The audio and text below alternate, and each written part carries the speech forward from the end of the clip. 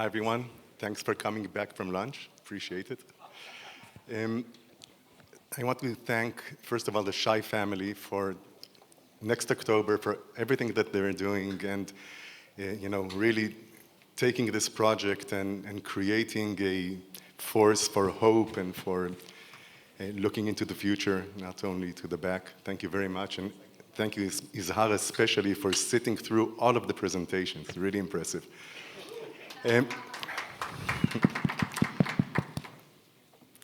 My name is Erez Shachar. My career in the tech industry is actually an almanac, if you want, of the Israeli tech sector. I started 40 years ago as a software engineer in a company called Cytex. It was the first company that went public in NASDAQ way back in the 80s. In the 90s, I ran a tech company that was publicly traded in NASDAQ. The 90s were a different time for going public. You could go public with a very, very small company. I actually ran a startup that was public in NASDAQ.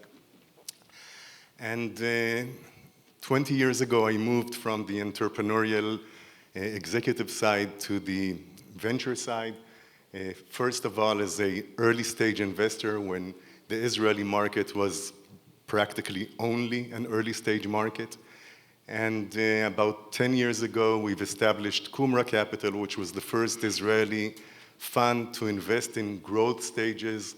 I think with the growth of the Israeli market, with the maturation of the Israeli tech market, we've moved from being a startup nation to being a scale-up nation. And Eyal, I think, is one of the biggest symbols of this move from startup to scale-up. I'm not going to talk about the business of Israeli tech. I want to talk about the involvement of Israeli tech in Israel. Okay? And I think it's interesting to note that for decades, since the beginning of Israeli tech was not very involved with Israel proper. You don't really see any Israeli tech entrepreneurs after exiting their company or selling their company and moving to the public sector and becoming ministers in the government. The only exception to that is the really inspiring exception of Yizhar Shai that used to be an entrepreneur and moved to the public sector. It's definitely not an easy move to do.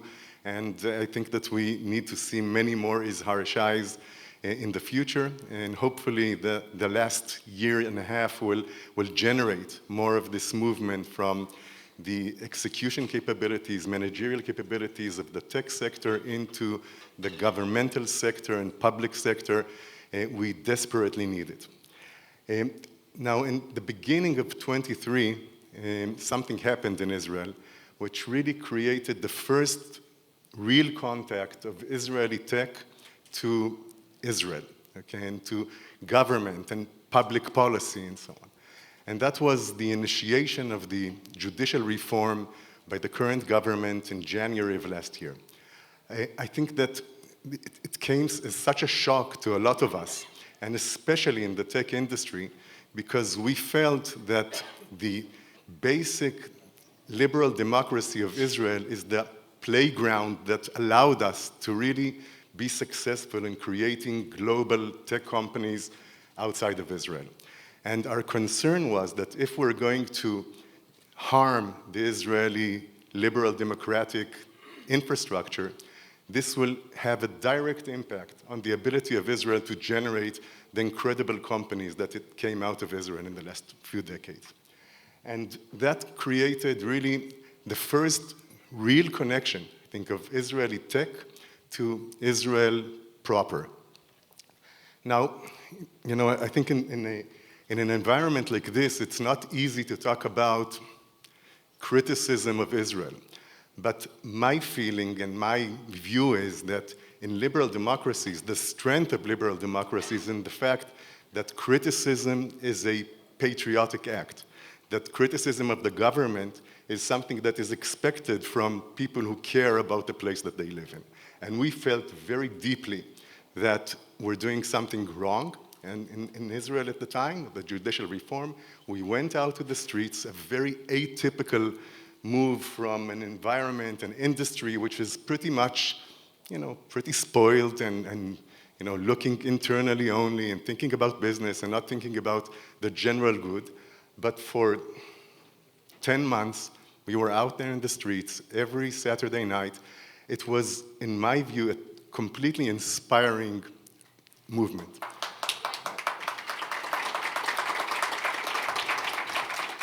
And I think more than that, it was an extremely effective and successful movement, because eventually the judicial reform didn't go through. Okay? There were 5 major laws that were in legislation. One of them got through and was canceled later by the Supreme Court.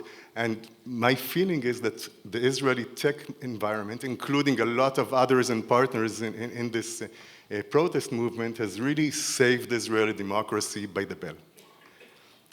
Now, October 7th came, and a protest movement, which was extremely involved by then in Israeli society, in all aspects of Israeli society. We didn't just protest, we actually tried to create connections for the day after, for rebuilding Israeli economy, rebuilding the Israeli social structure, and we were very involved with a lot of groups in Israeli society which we didn't have a lot of interaction with before.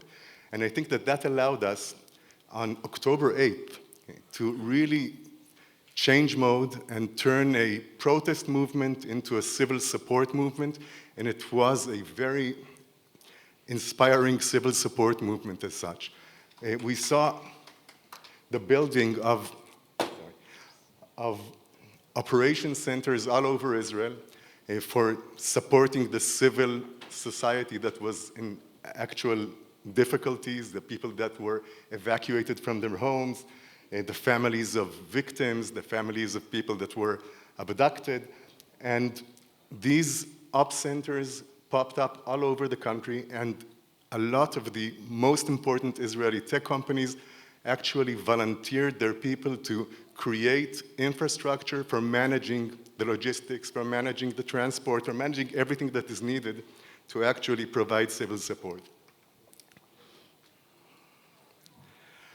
Now, a few words about the impact of this war on our sector and our lives. I think that it's pretty astonishing, and it's difficult to comprehend when you're from the outside, that the impact on Israeli tech has been very small. Okay? Israeli tech is an international market. Israeli tech sells almost 95, 98% of its sales outside of Israel. So the impact on actual business of Israeli tech companies was minimal. We felt very little of it. The only real impact that we felt was the fact that a lot of the people were in reserves, still are, some of them, and in a disproportionate amount to Israeli population. The Israeli tech industry employs about 10% of the population, and we had about 20% of the reservists coming from the tech sector.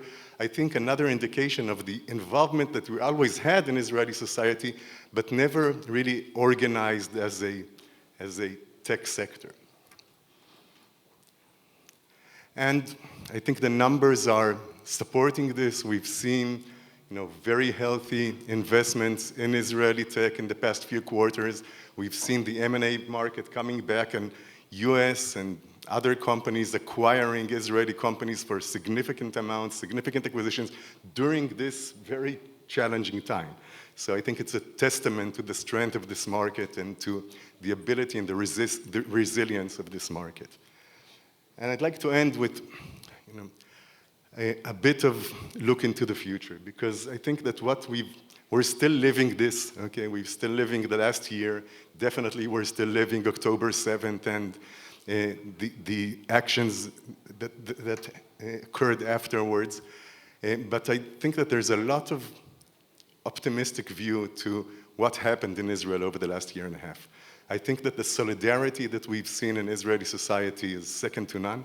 I think the involvement of great forces that have managerial capabilities, have innovative capabilities to get very involved in Israeli society is a huge, optimistic move. And if you think about 9/11, October 7th, these are dates that we will all remember. If you think about April 13th, which I'm not sure anybody today knows what happened in April 13th, nobody knows this date. And the reason that nobody knows this date is that the outcome of the Iranian attack on Israel was nothing.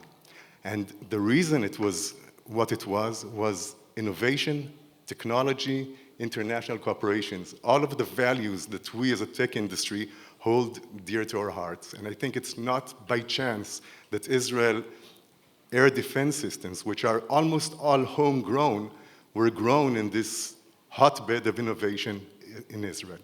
I think that we have many, many years of connecting Israeli global innovation and technology back into Israel, hopefully by bringing people from the tech industry into government and into public positions as well.